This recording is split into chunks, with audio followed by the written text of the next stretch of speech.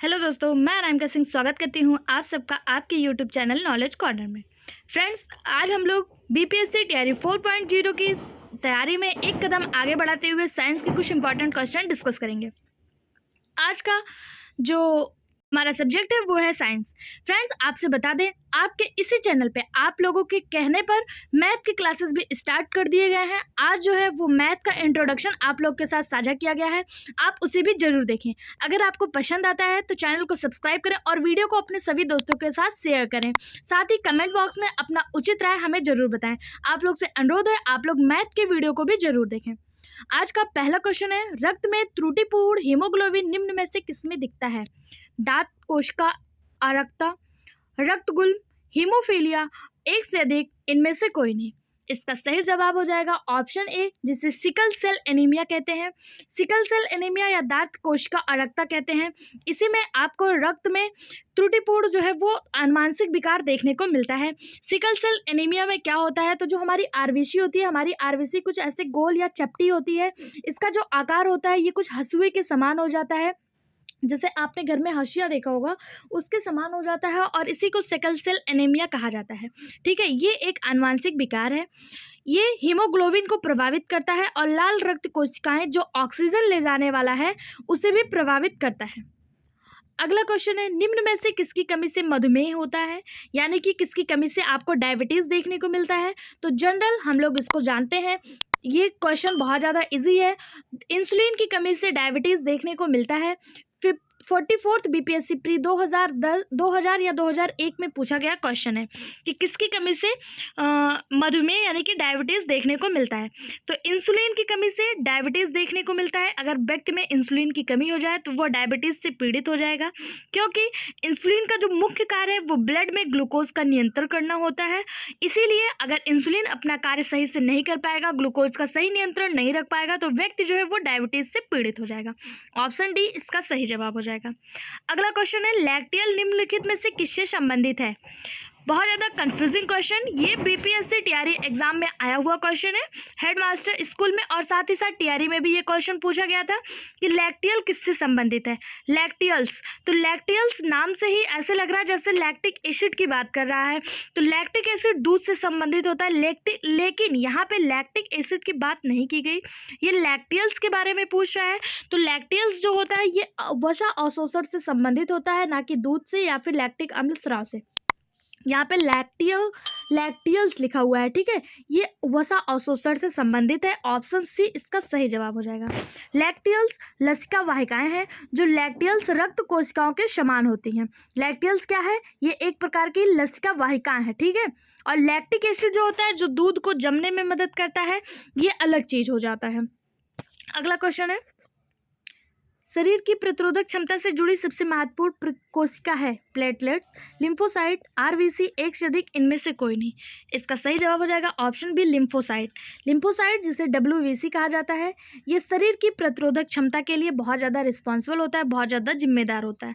Option B इसका सही जवाब हो जाएगा, लिम्फोसाइट। ठीक है, शरीर की प्रतिरोधक क्षमता के लिए जो जिम्मेदार है वो लिम्फोसाइट या फिर जिसे आप डब्ल्यूबीसी वाइट ब्लड सेल्स के नाम से जानते हैं, वो जिम्मेदार होता है। ऑप्शन बी इसका सही जवाब हो जाएगा। अगला क्वेश्चन है, ट्रैकीकार्डिया में हृदय गति हो जाती है? धीमी, सामान्य, तेज, एक से अधिक, इनमें से कोई नहीं। स्कूल टीचर हेडमास्टर 2023 में पूछा गया क्वेश्चन है। यदि व्यक्ति टैकीकार्डिया नामक बीमारी से पीड़ित है तो उसके हृदय की गति पर क्या असर होगा? उसकी हृदय की गति तेज हो जाएगी, सामान्य रहेगी, या फिर धीमी हो जाएगी? इसका जो सही जवाब हो जाएगा वो हो जाएगा ऑप्शन सी, तेज। यदि व्यक्ति ट्रैकीकार्डिया से पीड़ित है तो उसके हृदय की जो गति है वह तेज हो जाएगा, या फिर ऐसे आप कह सकते हैं कि हृदय की गति को तेज होना ही चिकित्सीय भाषा में, डॉक्टरी लैंग्वेज में टैकीकार्डिया के नाम से जाना जाता है। सामान्यतः ह्यूमन हार्ट जो है वो 1 मिनट में 72 टाइम्स धड़कता है, 1 मिनट में 72 बार धड़कता है। लेकिन इसमें जो होता है, अगर व्यक्ति टैकीकार्डिया से पीड़ित है तो उसका जो हार्ट बीट है वो 1 मिनट में 100 से अधिक बार धड़केगा, यानी कि इतना तेज हो जाएगा कि 72 से ये 100 पर पहुंच जाएगा, 100 से अधिक बार भी धड़कता है टैकीकार्डिया नामक बीमारी में। ठीक, ऑप्शन सी इसका सही जवाब हो जाएगा। अगला क्वेश्चन है, ब्रिक से प्रति मिनट औसत रक्त प्रवाह होता है? ब्रिक यानी कि किडनी से प्रति मिनट रक्त प्रवाह जो होता है वो कितना होता है? एक एवरेज पूछा है आपसे। 1000 सीसी, 1200 सीसी, 2000 सीसी या 500 सीसी। बीपीएससी 66 और 56 और 59 दो बार ये क्वेश्चन देखने को मिला है। इसका सही जवाब हो जाएगा ऑप्शन बी 1200 सीसी। ब्रिक यानी कि किडनी से प्रति मिनट औसत रक्त प्रवाह 1200 सीसी होता है। ऑप्शन बी इसका सही जवाब हो जाएगा। किडनी मानव शरीर का एक महत्वपूर्ण अंग है। अगर पूछा जाए किडनी का मुख्य कार्य क्या होता है, तो किडनी का मुख्य कार्य रक्त को शुद्ध करना और शरीर से विषाक्त पदार्थ यानी कि जितने भी विषाक्त पदार्थ यानी कि जो भी हमारे लिए यूजफुल नहीं है उनको शरीर से बाहर निकालना मलमूत्र के माध्यम से, ये किडनी का कार्य होता है। मानव किडनी प्रतिदिन 1500 लीटर रक्त को शुद्ध करता है। कितना इंपॉर्टेंट मार्क करिएगा, कितना 1500 लीटर, 1500 लीटर रक्त को शुद्ध करता है। 1.5 लीटर मूत्र जो है ये तब्दील करता है यानी कि मूत्र को विसर्जित करता है। और ब्रिक जो है वो प्रति मिनट 1200 सीसी रक्त प्रवाहित करता है। ठीक, ऑप्शन बी इसका सही जवाब हो जाएगा। अगला क्वेश्चन है, मानव शरीर में निम्नलिखित में से कौन सी ग्रंथि जोड़े के रूप में मौजूद होती है? अधवृक्क, यकृत, अग्नाशय, पिनियल, एक से अधिक इनमें से कोई नहीं। इसका जो सही जवाब हो जाएगा वो हो जाएगा ऑप्शन ए अधवृक्क। जोड़े के रूप में पूछा है यानी कि जो यहाँ पे एड्रिनल ग्लैंड है ये जोड़े के रूप में मौजूद होती है। यकृत जिसे लीवर ग्लैंड कहते हैं, अग्नाशय पैनक्रियाटिक ग्लैंड और पिनियल ग्लैंड होती है। ये सभी आपको यहाँ पे जितना दी हुई है ग्लैंड जो होते हैं ये दो प्रकार के होते हैं, एक अंतःस्रावी एक बाह्यस्रावी। इसमें से जो आपका अग्नाशय है ये अंतःस्रावी और बाह्यस्रावी दोनों के अंतर्गत आता है, इसलिए इसे मिक्स ग्लैंड कहा जाता है। अंतःस्रावी बाह्यस्रावी के अलावा मिक्स ग्लैंड जो होता है जिसमें अग्नाशय शामिल है इसे मिक्स ग्लैंड कहा जाता है। अधवृक्क जिसे एड्रिनल ग्लैंड कहते हैं ये एक अंतःस्रावी ग्रंथि है और यह जोड़े के रूप में मौजूद होती है। ठीक है, अगला क्वेश्चन है, मानव गुर्दे में निस्यंदन इकाइयों को कहा जाता है? नेफ्रॉन, न्यूट्रॉन, न्यूरॉन, एक से अधिक इनमें से कोई नहीं। मानव गुर्दे में निस्यंदन इकाई को क्या कहा जाता है? इसका सही जवाब है ऑप्शन ए नेफ्रॉन। मानव गुर्दे के निस्यंदन इकाई को नेफ्रॉन कहा जाता है। इसका उपयोग रक्त से पानी, आयनों और छोटे अणुओं को अलग करने, अपशिष्ट और विषाक्त पदार्थों को निस्यंदित यानी कि छानने के लिए, फिल्टर करने के लिए किया जाता है। नेफ्रॉन जो है ये किडनी में पाया जाने वाला एक स्ट्रक्चर है। इसे किडनी का क्रियात्मक और फंक्शनात्मक यूनिट कहते हैं, स्ट्रक्चरल एंड फंक्शनल यूनिट कहते हैं। और ये क्या कार्य करता है? तो ये अपशिष्ट और विषाक्त पदार्थों को छानने का, फिल्टर करने का कार्य करता है। अगला क्वेश्चन है, मनुष्य में गुर्दे किसके तंत्र का हिस्सा हैं? श्वसन तंत्र, मल त्याग, पोषण, एक से अधिक इनमें से कोई नहीं। अगर आप इसको इंग्लिश में पढ़ेंगे, ये ऑप्शन आपके सामने इंग्लिश में आ जाएगा, तो यहाँ पे आपको एक्सक्रेशन लिखा होगा, एक्सक्रेशन और यहाँ पे रिस्पायरेशन और यहाँ पे न्यूट्रिशन। ठीक है, और ये क्वेश्चन TRE 3 जुलाई 2024 में पूछा गया क्वेश्चन है। किडनी जो है वो एक्सक्रीटरी सिस्टम का हिस्सा है। ऑप्शन बी इसका सही जवाब हो जाएगा। किडनी जो है वो किसका हिस्सा है? एक्सक्रीटरी सिस्टम यानी कि मल त्याग प्रणाली का हिस्सा है। गुर्दे यानी जिसे किडनी कहते हैं रक्त से तरल अपशिष्ट को छानकर मूत्र निर्मित करते हैं और गुर्दे शरीर के तरल पदार्थों को परास्तृणता को नियंत्रित करते हैं। ठीक, अगला क्वेश्चन है,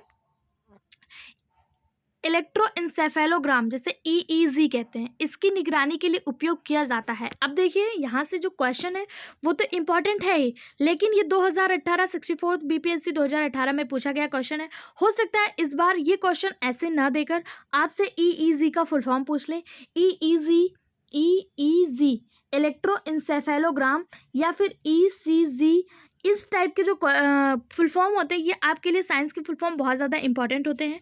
EEG का फुल फॉर्म है इलेक्ट्रोएन्सेफेलोग्राम और ये जो होता है ये मस्तिष्क की निगरानी के लिए यूज़ किया जाता है। ऑप्शन डी इसका सही जवाब हो जाएगा ब्रेन के लिए। EEG इलेक्ट्रोएन्सेफेलोग्राम का यूज़ मस्तिष्क की निगरानी के लिए किया जाता है, मस्तिष्क की गतिविधियों को जांचने के लिए किया जाता है। ठीक है, ऑप्शन डी इसका सही जवाब हो जाएगा। अगला क्वेश्चन है, मांसपेशियों में दर्द के उपचार में उपयोग किया जाने वाला विकिरण है? इंफ्रारेड, माइक्रोवेव, UV, एक्सरे, इनमें से कोई नहीं, एक से अधिक। 66 BPSC 2020 में पूछा गया क्वेश्चन है। मांसपेशियों के दर्द के उपचार में जो यूज किया जाने वाला विकिरण है वो इंफ्रारेड है। ऑप्शन ए इसका सही जवाब हो जाएगा इंफ्रारेड। ठीक है, इंफ्रारेड विकिरण जिसे IR कहते हैं, इंफ्रारेड रेडिएशन कहते हैं या शॉर्ट फॉर्म में IR लिखा होता है। इसे इंफ्रारेड रेडिएशन इसका फुल फॉर्म है और हिंदी में इसे औरक्त किरणें कहते हैं, औरक्त विकिरण कहते हैं। इसका उपयोग मांसपेशियों के दर्द के उपचार में किया जाता है। इंफ्रारेड लैंप विद्युत उपकरण है जिससे इंफ्रारेड विकिरण उत्सर्जित होता है। अगला क्वेश्चन है इनमें से कौन सी ग्रंथि को मानव शरीर की तीसरी आंख कहा जाता है? पिनियल, पिट्यूटरी, मेमरी या फिर अस्सु ग्रंथि? इसका सही जवाब हो जाएगा option A pineal gland. Pineal gland को मानव शरीर की तीसरी आंख कहा जाता है। पिनियल ग्लैंड, ठीक है, मानव के मस्तिष्क में स्थित या अत्यंत छोटी ग्रंथि होती है। इसे मानव का तीसरी आंख कहा जाता है। पिनियल ग्लैंड एक एंडोक्राइन ग्लैंड है, यानी कि यह एक अंतःस्रावी ग्रंथि है जो मस्तिष्क के केंद्र के निकट एपिथैलेमस में अवस्थित होता है। इसके अन्य नाम कोरेनियम और एपीफाइसिस भी हैं, ठीक है। इसी पिनियल ग्लैंड को कोरेनियम या फिर एपीफाइसिस के नाम से भी जाना जाता है। ध्यान देने वाली बातें हैं, इसे आप इंपॉर्टेंट मार्क करिएगा कि पिनियल ग्लैंड का अदर्स नेम क्या है। पिनियल ग्लैंड का अदर्स नेम कोरेनियम, कोनेरियम और फिर एपीफाइसिस, ये दोनों ही पिनियल ग्लैंड के नाम है। यह मेलाटोनिन नामक हार्मोन स्रावित करता है जो शरीर की जैविक घड़ी यानी बायोलॉजिकल क्लॉक के विनिमय के मुख्य भूमिका निभाती है। यह मानव शरीर की सबसे छोटी अंतःस्रावी ग्रंथि होती है। कौन सी? Pineal gland. और इसका कार्य क्या होता है? ये बायोलॉजिकल क्लॉक की भूमिका निभाती है। आपसे ये क्वेश्चन ऐसे भी पूछ सकता है, मानव शरीर की वो कौन सी ग्रंथि है जो बायोलॉजिकल क्लॉक की भूमिका निभाती है या बायोलॉजिकल क्लॉक की तरह कार्य करती है? तो वो जो ग्रंथि है उसे पिनियल ग्लैंड या फिर पिनियल ग्रंथि के नाम से जाना जाता है। इसे ही मानव शरीर का तीसरी आंख भी कहा जाता है। यह एक एंडोक्राइन ग्रंथि है। अगर आपसे पूछा जाए पिनियल ग्लैंड के अदर्स नेम क्या क्या हैं, तो कोरेनियम और एपीफाइसिस के नाम से ही इसी पिनियल ग्लैंड को जाना जाता है, ठीक है। और ये एक कैसी ग्रंथि है? तो ये एक अंतःस्रावी ग्रंथि है जो मेलाटोनिन हार्मोन्स को स्रावित करती है। आपके लिए जो आज का क्वेश्चन है वो ये है, मेलाटोनिन शरीर में किस क्रिया का नियंत्रण करती है? किस चीज़ के लिए रिस्पॉन्सिबल होती है मेलाटोनिन हार्मोन्स? मेलाटोनिन हार्मोन्स शरीर के लिए किस चीज़ का कार्य करती है, ये आप कमेंट बॉक्स में बताएंगे। अगर आज का जवाब आपका सही होता है तो नेक्स्ट वीडियो में आपके नाम के साथ आपके कमेंट को जरूर दिखाया जाएगा। पहले हम लोग कल के वीडियो के कमेंट देख लेते हैं, उसके बाद आगे के वीडियो पढ़ेंगे। आप लोग को कहीं नहीं जाना है, वीडियो में बने रहिए। आगे के वीडियो हम लोग कल के वीडियो के कमेंट देखने के बाद देखते हैं। ये कल के वीडियो के कमेंट है जिसमें क्वेश्चन पूछा गया था हाइपरमेट्रोपिया के बारे में, यानी कि दूरदृष्टि दोष के बारे में। रिमझिम साहू का केवल एक कमेंट आया है, इन्होंने लिखा है नाइस क्लास मैम। नाइस की स्पेलिंग आपकी गलत है रिमझिम जी। आगे जो है ये प्रवीण जी ने लिखा है हाइपरमेट्रोपिया के बारे में, इन्होंने पूरा डिस्कस करते हुए बताया है। हाइपरमेट्रोपिया पूछा था और इन्होंने बताया है हाइपरमेट्रोपिया में व्यक्ति को दूर की वस्तु क्लियर या साफ नहीं दिखाई देती है और नज़दीक की वस्तु क्लियर दिखाई देती है, यानी कि दूर की वस्तु जो है वो साफ साफ दिखाई देती है लेकिन नज़दीक की वस्तु क्लियर नहीं दिखाई देती है। इसे हाइपरमेट्रोपिया या दूरदृष्टि दोष कहते हैं और इसमें कॉन्वेक्स लेंस का यूज किया जाता है, यानी कि उत्तल लेंस का यूज किया जाता है। मायोपिया का ट्रीटमेंट कॉनकेव लेंस से किया जाता है, यानी कि यहाँ पे इन्होंने मायोपिया के बारे में भी और हाइपरमेट्रोपिया दोनों के बारे में बताया है। हाइपरमेट्रोपिया में कॉन्वेक्स लेंस यानी कि उत्तल लेंस और मायोपिया में कॉनकेव लेंस यानी कि अवतल लेंस का यूज किया जाता है। बहुत अच्छे से एक्सप्लेन करके इन्होंने अपनी एक एक बात रखी हुई है।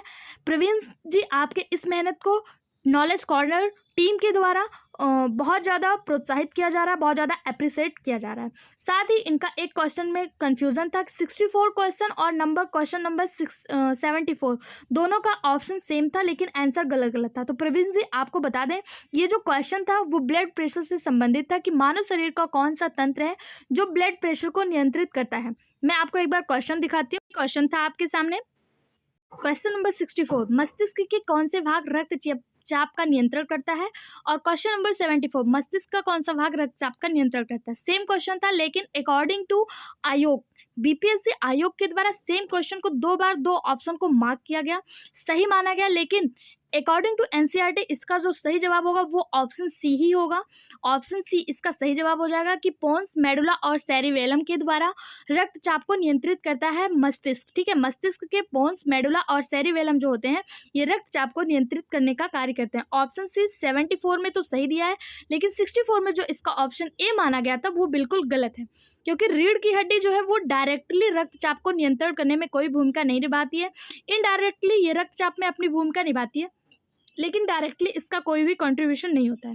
फ्रेंड्स, कुछ लोग हैं जिन्होंने बाद में जवाब दिया है, मैं एक बार दिखा देती हूँ। ये परसों की वीडियो में आया था, प्रियंका जी का जवाब, बबीता पटेल का जवाब, प्रवीण का मैंने उस दिन देखा था। तो फ्रेंड्स, आज का जो वीडियो अपलोड होगा, इसका नेक्स्ट वीडियो मतलब कल के लिए जो वीडियो होगा वो सुबह 8 बजे से पहले रिकॉर्ड हो जाती है। तो आपको जो कमेंट करना है वो सुबह 8 बजे से पहले, आज के वीडियो पे जो आप कमेंट करेंगे वो सुबह 8 बजे से पहले करेंगे, तभी दूसरे दिन आपके कमेंट को मैं अपने वीडियो में इंक्लूड कर पाऊंगी। अगर आप उसके बाद कमेंट करते हैं तो उसके लिए सॉरी, वो नेक्स्ट वीडियो में आपके कमेंट को इंक्लूड नहीं किया जा सकता, क्योंकि आप लोग बहुत बाद में कमेंट किए थे, इसलिए आपके कमेंट को कल के वीडियो में अपलोड नहीं किया गया था, दिखाया नहीं गया था।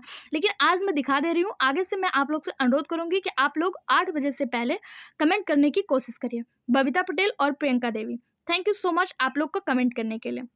तो फ्रेंड्स, आप लोगों ने देखा कमेंट के माध्यम से किस तरह से लोग चैनल को अप्रिसिएट करने की कोशिश कर रहे हैं। तो आप लोग भी इस तरह से हमें सहयोग कर सकते हैं, हमें मोटिवेट कर सकते हैं। अब हम बढ़ते हैं अपने प्रश्नों की तरफ।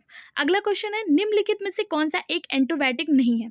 ऑप्शन दिया है एरिथ्रोमाइसिन, ऑक्सीटोसिन, पेनिसिलिन, टेट्रासाइक्लिन, एक से अधिक इनमें से कोई नहीं। यहाँ से पूछा है एंटीबायोटिक नहीं है, ध्यान देना है, नहीं दिया हुआ है, तो इसका सही जवाब हो जाएगा ऑप्शन बी ऑक्सीटोसिन। ऑक्सीटोसिन अगर एंटीबायोटिक नहीं है तो ये क्या है? ऑक्सीटोसिन एक प्रकार का हार्मोन्स है जो सभी स्तनधारी जीवों में पाया जाता है। और ये किस लिए जिम्मेदार होता है? तो ऑक्सीटोसिन जो होता है, इसी को लव हार्मोन्स के नाम से ही जाना जाता है, जो एक मतलब अपोजिट जेंडर की तरफ, नर का मादा के प्रति और मादा का नर के प्रति आकर्षण पैदा करने के लिए विशेष भूमिका निभाती है। ये ऑक्सीटोसिन होता कहाँ पे है? तो ये मानव ब्रेन के हाइपोथैलेमस के पिट्यूटरी ग्लैंड में पाया जाता है। ठीक है, कहाँ पे? पिट्यूटरी ग्लैंड में पाया जाता है। साथ ही साथ इस ऑक्सीटोसिन के और भी कार्य हैं, जैसे मेमरी ग्लैंड से दुग्ध का स्रावण करना, एक दूसरे के मतलब अपोजिट जेंडर के प्रति आकर्षण पैदा करना, ये कुछ ऑक्सीटोसिन के इंपॉर्टेंट कार्य हैं। जबकि यहाँ पे अदर ऑप्शन में जो एरिथ्रोमाइसिन, पेनिसिलिन और टेट्रासाइक्लिन दिया है, ये एंटीबायोटिक हैं, एक प्रकार के एंटीबायोटिक हैं। ऑप्शन में आपसे पूछा था कौन सा एंटीबायोटिक नहीं है, तो ऑप्शन बी इसका सही जवाब हो जाएगा। अगला क्वेश्चन है, निम्नलिखित में से कौन सा हार्मोन्स है? RNA, invertase, insulin, ascorbic acid. इसका सही जवाब हो जाएगा ऑप्शन सी इंसुलिन, एक प्रकार का हार्मोन्स है और ये एक डायबिटीज हार्मोन्स है। ठीक है, जो ग्लूकोज का नियंत्रण करता है। आपसे यहाँ से एक इंपॉर्टेंट क्वेश्चन बनता है कि इंसुलिन जो है ये कहाँ पे पाया जाता है? इंसुलिन हार्मोन्स कहाँ पे देखने को मिलता है? तो ये मानव में पाए जाने वाली अग्नाशयी जो नलिका होती है, जो पैनक्रियाटिक ग्लैंड होता है, उसकी बीटा कोशिकाओं से निर्मित होता है इंसुलिन। ठीक है, कहाँ से? पैनक्रियाटिक ग्लैंड के बीटा कोशिकाओं से निर्मित होता है इंसुलिन। और इसका क्या कार्य है? तो ये मानव शरीर में ग्लूकोज का नियंत्रण करता है। अगला क्वेश्चन है, निम्नलिखित में से कौन सा हार्मोन्स स्तन ग्रंथियों से दुग्ध का स्रावण होने में भूमिका निभाता है? एड्रेनलिन, थायरॉक्सिन, प्रोजेस्टेरोन, ऑक्सीटोसिन, एक से अधिक इनमें से कोई नहीं। तो अभी कुछ देर पहले हम लोग इस हार्मोन्स के बारे में पढ़े थे। ऑप्शन बी इसका सही जवाब हो जाएगा कि दुग्ध स्रावण के लिए जिम्मेदार होता है ऑक्सीटोसिन हार्मोन्स। ठीक है, ऑक्सीटोसिन के 2 लक्ष्य ऊतक यानी टारगेट टिश्यू होते हैं, जो स्त्रियों के गर्भाशय तथा इनके स्तन में होते हैं। शिशु जन्म के बाद यह हार्मोन्स गर्भाशय को सामान्य अवस्था में लाने और शिशु के लिए दुग्धपान यानी कि दुग्ध उत्पादन करने के लिए ये हार्मोन जो होता है वो जिम्मेदार होता है। ठीक है, इसके एक और कार्य है, ये जब शिशु का जन्म होता है उसके बाद जो स्त्रियों का गर्भाशय होता है, वो गर्भाशय को समान अवस्था में लाने के लिए भी रिस्पॉन्सिबल होता है यही ऑक्सीटोसिन हार्मोन्स। ठीक है, और ये दूसरा कार्य क्या है? ये दुग्ध उत्पादन का भी कार्य करता है। ठीक है, आप लोगों ने अपने आसपास या फिर किसी के वीडियो में या फिर कहीं भी आप लोगों ने ये सुना होगा कि अक्सर लोग पशुओं में अत्यधिक दुग्ध उत्पादन के लिए एक इंजेक्शन लगाते हैं कि वो पशु ज़्यादा दुग्ध उत्पादित कर सकें। तो उस इंजेक्शन का नाम ऑक्सीटोसिन इंजेक्शन होता है, जो पशुओं के दुग्ध उत्पादन के लिए जिम्मेदार होते हैं। ठीक है, यही वो इंजेक्शन होता है, ऑक्सीटोसिन हार्मोन्स का जो है इंजेक्शन उन दुधुओं को दिया जाता है, दुधारू पशुओं को। अगला क्वेश्चन है, निम्नलिखित में से किस हार्मोन्स में आयोडीन मिली है? टेस्टोस्टेरोन, एड्रेनल, थायरॉक्सिन, इंसुलिन, एक से अधिक इनमें से कोई नहीं। इसका सही जवाब ऑप्शन सी थायरॉक्सिन। थायरॉक्सिन में आयोडीन मिली होती है। थायरॉक्सिन हार्मोन्स में आयोडीन मिलती है। थायरॉक्सिन का स्राव कहाँ से होता है? तो थायरॉक्सिन का स्राव थायराइड ग्लैंड के द्वारा होता है। थायराइड ग्लैंड से थायरॉक्सिन हार्मोन्स का स्राव होता है। या क्या करती है? तो ये TSH यानी कि थायराइड स्टिमुलेटिंग हार्मोन्स, थायरोट्रोपिन, जिसे थायरोट्रोपिन या फिर TSH थायराइड स्टिमुलेटिंग हार्मोन्स के नाम से जाना जाता है, इसका स्राव करता है। आपसे TSH का फुल फॉर्म पूछ सकता है, तो TSH का फुल फॉर्म होता है थायराइड स्टिमुलेटिंग हार्मोन्स। इसी TSH को थायरोट्रोपिन के नाम से भी जाना जाता है। इसका स्राव करती है थायरॉक्सिन हार्मोन्स। ठीक, अगर आपके शरीर में थायराइड की कमी हो जाती है, थायरॉक्सिन की कमी हो जाती है, आयोडीन की कमी हो जाती है, तो कौन सी बीमारी देखने को मिलती है? तो ग्वाइटर यानी कि घेघा रोग आयोडीन की कमी से देखने को मिलता है। अगला क्वेश्चन है, प्यूस जिसे पिट्यूटरी ग्लैंड कहते हैं वो कहाँ स्थित होता है? आंत में, लीवर में, किडनी में, मस्तिष्क में? एक से अधिक, इनमें से कोई नहीं। 2022 67th बीपीएससी में पूछा गया क्वेश्चन। इसका सही जवाब ऑप्शन डी, मस्तिष्क में। प्यूस यानी कि पिट्यूटरी ग्लैंड जो होता है वो मानव ब्रेन में जो होता है वो स्थित होता है। ऑप्शन डी इसका सही जवाब हो जाएगा। मानव ब्रेन में कहाँ? तो ये मस्तिष्क में हाइपोथैलेमस के नीचे स्थित होता है। अगला क्वेश्चन, सहज प्रणाली का परिवर्धन निम्नलिखित में से कौन सा है? प्रणाली का कार्य, प्रणाली का विकास, प्रणाली की स्वपोषी क्रिया, एक से अधिक, इनमें से कोई नहीं। इसका सही जवाब ऑप्शन सी, प्रणाली की स्वपोषी क्रिया। सहज प्रणाली मुख्य तंत्रिका प्रणाली का एक भाग है। यह सहज प्रक्रियाओं को नियंत्रित करती है, अतः सहज प्रणाली के विकास को प्रणाली की स्वपोषी क्रिया के रूप में परिभाषित किया जाता है। ऑप्शन सी इसका सही जवाब हो जाएगा। अगला क्वेश्चन, शरीर का तापक्रम नियंत्रित करता है? थैलेमस, हाइपोथैलेमस, सेरेबेलम, मेडुला, एक से अधिक, इनमें से कोई नहीं। इसका सही जवाब ऑप्शन बी, हाइपोथैलेमस। हाइपोथैलेमस जो है ये बॉडी का टेम्परेचर नियंत्रित करने का कार्य करता है। अगर आपसे पूछा जाए मानव बॉडी का टेम्परेचर कितना होता है, तो मानव बॉडी का जो टेम्परेचर होता है वो फ़ारेनहाइट में बात करें तो 98.6 डिग्री फ़ारेनहाइट होता है। वहीं पे अगर बात करें सेल्सियस में तो 37 डिग्री सेल्सियस मानव बॉडी का टेम्परेचर होता है। और इसको नियंत्रित करने का कार्य कौन करता है? तो इसको नियंत्रित करने का कार्य करता है हाइपोथैलेमस। ठीक, अगला क्वेश्चन है, शरीर का तापक्रम नियंत्रित करता है। सेम क्वेश्चन 2018 और 2019 64th 65th बीपीएससी में देखने को मिला है। इसीलिए मैं आपसे बार बार कहती हूँ प्रीवियस ईयर आपके लिए बहुत ज़्यादा इंपॉर्टेंट है। आप वीडियो में लास्ट तक बने रहिए और सभी सब्जेक्ट के प्रीवियस ईयर क्वेश्चन आपको हमारे इसी चैनल पर मिल जाएंगे, तो आप सभी को देखिए। ठीक है, शरीर का तापक्रम कौन नियंत्रित करता है? तो अभी हम लोगों ने देखा हाइपोथैलेमस जो मानव ब्रेन में पाया जाने वाला है, ये शरीर के तापक्रम यानी टेम्परेचर को नियंत्रित करता है। अगला क्वेश्चन, प्रतिवर्ती क्रियाओं का नियंत्रण केंद्र कहाँ है? Cerebrum, cerebellum, spinal cord, nerve cell, एक से अधिक, इनमें से कोई नहीं। सॉरी इसमें ये ऑप्शन दिया ही नहीं है, एक से अधिक, इनमें से कोई नहीं का। तो प्रतिवर्ती क्रियाओं का नियंत्रण केंद्र कहाँ पे है? तो इसका सही जवाब हो जाएगा ऑप्शन सी, स्पाइनल कॉर्ड, कशेरुक रज्जु में प्रतिवर्ती क्रियाओं का नियंत्रण केंद्र होता है। कहाँ पे होता है? स्पाइनल कॉर्ड में होता है। ठीक है, मेरी रज्जु यानी कि स्पाइनल कॉर्ड यह एक बेलनाकार संरचना है। यह मेडुला ऑब्लोंगेटा से आरंभ होकर कशेरुक दंड से घिरा हुआ नीचे की ओर विस्तृत होता है। ठीक है, और यह मस्तिष्क आवरण द्वारा ढका होता है। कुल मिलाकर 31 जोड़ी मेरु तंत्रिकाएं रज्जु से निकलती हैं। यहाँ से इंपॉर्टेंट क्वेश्चन, हमारी बैकबोन में मेरु रज्जु में स्पाइनल कॉर्ड कितने होते हैं? तो 31 पेयर्स होते हैं। 31 पेयर्स में होते हैं, जोड़ी में होते हैं, ध्यान देना है। 31 पेयर्स होते हैं वो स्पाइनल कॉर्ड प्रेजेंट होते हैं। अगला क्वेश्चन है, निम्नलिखित में से शरीर का कौन सा अंग शरीर के संतुलन को नियंत्रित करता है? सेरिबेलम, कान, पसली, एक से अधिक, इनमें से कोई नहीं। ये टीआरई एग्जाम में आया हुआ क्वेश्चन है और बहुत ज़्यादा कंफ्यूजिंग क्वेश्चन था, क्योंकि हम सभी जानते हैं सेरिबेलम और पसली रिब्स जो होते हैं ये तो शरीर के अंग को संतुलित करते हैं, लेकिन कान के बारे में बहुत सारे लोगों को आइडिया नहीं था। तो आपको बता दें जो ईयर होता है ये भी शरीर के संतुलन को बनाए रखने में महत्वपूर्ण भूमिका निभाता है। तो ऑप्शन डी इसका सही जवाब हो जाएगा। ठीक है, कान के अंदर उपस्थित एक मैक्यूला और क्रिस्टी शरीर के संतुलन को बनाए रखते हैं। कान के अंदर क्या होता है? एक मैक्यूला और क्रिस्टी नामक संरचना होती है जो शरीर के संतुलन को बनाए रखते हैं। इसके अलावा सेरिबेलम जिसे छोटा मस्तिष्क कहा जाता है, पस मस्तिष्क का हिस्सा है, यह भी शरीर के संतुलन को बनाए रखने में जिम्मेदार होता है। तो शरीर के संतुलन में कौन कौन जिम्मेदार है? सेरिबेलम और कान। ठीक, सेरिबेलम को ही छोटे मस्तिष्क कहा जाता है, ये भी ध्यान रखिएगा। अगला क्वेश्चन, थायराइड ग्रंथि थायरॉक्सिन स्रावित करने के लिए उत्तेजित करने वाला अंतःस्रावी हार्मोन कौन सा है? इसका सही जवाब TSH, अभी हम लोगों ने देखा था, ऑप्शन ए इसका सही जवाब हो जाएगा। TSH thyroid stimulating hormones. ठीक, अगला क्वेश्चन, आगत तथा निर्गत तंत्रिकाएं मिलती हैं हृदय में, यकृत में, केंद्रीय तंत्रिका तंत्र में, एक से अधिक, इनमें से कोई नहीं। सही जवाब ऑप्शन सी, केंद्रीय तंत्रिका तंत्र में। टाइम कम बचा इसलिए हम लोग फटाफट डिस्कस करते हुए चलेंगे, आगे की वीडियो में हम लोग इसको विस्तृत से पढ़ेंगे। अगला क्वेश्चन, गर्भ में भ्रूण के विकास को जानने के लिए निम्नलिखित किरणों यानी तरंगों में किसका उपयोग किया जाता है? सही जवाब ऑप्शन सी, पराध्वनि तरंगे। भ्रूण के विकास को जानने के लिए अल्ट्रासोनिक तकनीक का प्रयोग किया जाता है, जिससे पराध्वनि तरंगों का यूज किया जाता है। अगला क्वेश्चन, महिला सेक्स हार्मोन्स है एस्ट्रोजन, एंड्रोजन, इंसुलिन, ऑक्सीटोसिन। सही जवाब ऑप्शन है एस्ट्रोजन। एस्ट्रोजन को महिला सेक्स हार्मोन्स के नाम से जाना जाता है। इसका उत्पादन स्त्रियों में अंडाशय की ग्राफिन पुटिकाओं की थीका इंट्रा कोशिकाओं द्वारा यौन आरंभ से लेकर रजोवृत्त की आयु यानी 45 से 52 वर्ष तक होता है। अगला क्वेश्चन, भ्रूण किसमें मिलता है? फूल, पर्ण, बीज, कली। इसका सही जवाब ऑप्शन सी बीज। बीज में भ्रूण देखने को मिलता है, ऑप्शन सी इसका सही जवाब हो जाएगा। अगला क्वेश्चन, लैंगिक जनन से आनुवांशिक विचरण कैसे होता है? सही जवाब ऑप्शन डी उपयुक्त सभी, क्योंकि लैंगिक जनन से आनुवांशिक विचरण ब्लेंडिंग से, क्रोमोसोम के बदलाव से और सफलिंग से यानी कि जीन के मिश्रण, जीन के सम्मिश्रण और क्रोमोसोम के बदलाव तीनों के द्वारा होता है लैंगिक जनन से आनुवांशिक विचरण। ठीक, ऑप्शन डी इसका सही जवाब हो जाएगा। अगला क्वेश्चन, निषेचन की क्रिया कहाँ पर होती है? सही जवाब ऑप्शन बी अंडवाहिनियों में। निषेचन की क्रिया जो होती है वो अंडवाहिनियों में होती है, ऑप्शन बी इसका सही जवाब हो जाएगा। मानव के अतिरिक्त निषेचन होता है, मानव में एक आंतरिक निषेचन होता है जिसे इंटरनल फर्टिलाइजेशन कहते हैं।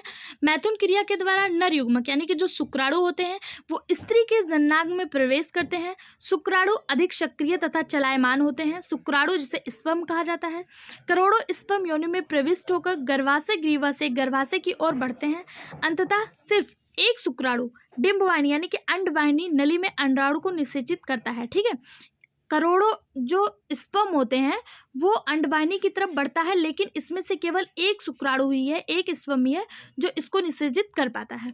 कहाँ पे करता है? तो ये अंडवाहिनी में, या जिसे डिंबवाहिनी के नाम से भी जाना जाता है, वहाँ पर करता है। तो इसका सही जवाब ऑप्शन बी हो जाएगा।